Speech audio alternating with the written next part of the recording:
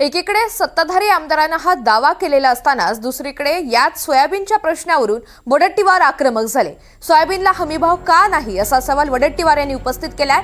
शेतकऱ्यांना मदत कधी मिळणार असा संतप्त सवाल विजय वडट्टीवार यांनी विचारला। 5300 रुपयांनी सोयाबीन कुठे खरेदी केलं? सोयाबीनवर बोलताना मंत्र्यांची तोंड भाजली होती का? अशी संतप्त प्रतिक्रिया त्यांनी व्यक्त केली आहे। त्यामुळे एकंदरीतच शेतकऱ्यांच्या प्रश्नावरून वडट्टीवार हे संतापले।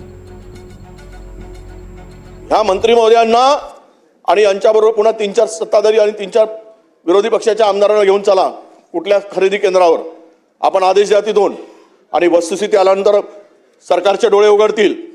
हे काहीतरी हे खरे नाही, ते खरे नाही, का खरे नाही?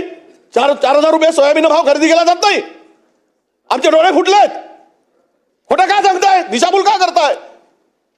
म्हणून माझी विनंती आहे आपल्याला, अध्यक्ष महोदय, हात जोडून विनंती आहे। मी म्हटल्याप्रमाणे आजच्या संध्याकाळी जरा चला म्हणा खरेदी केंद्रावर, काय शेतकरी काय परिस्थिती आहे ती, आणि केवळ ज्या CCIने खरेदी करताना ज्या अटी घातल्यात ना त्या वाचानं जरा ध्यानपत्र, त्या खरेदीप्रमाणे त्या कापसाची खरेदी होते काय आणि किती टक्के शेतकरी खरेदी करतो, शेतकऱ्यांचा माल घेतला जात आहे। अरे उघड उघड इथे फसवणूक आहे आणि तरी पण तुम्ही त्याला उत्तर देत नाही। समोर तुम्ही म्हणा ना की ठीक आहे, यामध्ये आम्ही केंद्र सरकारला पत्र लिहू, थोडासा तरी दिलासा द्या।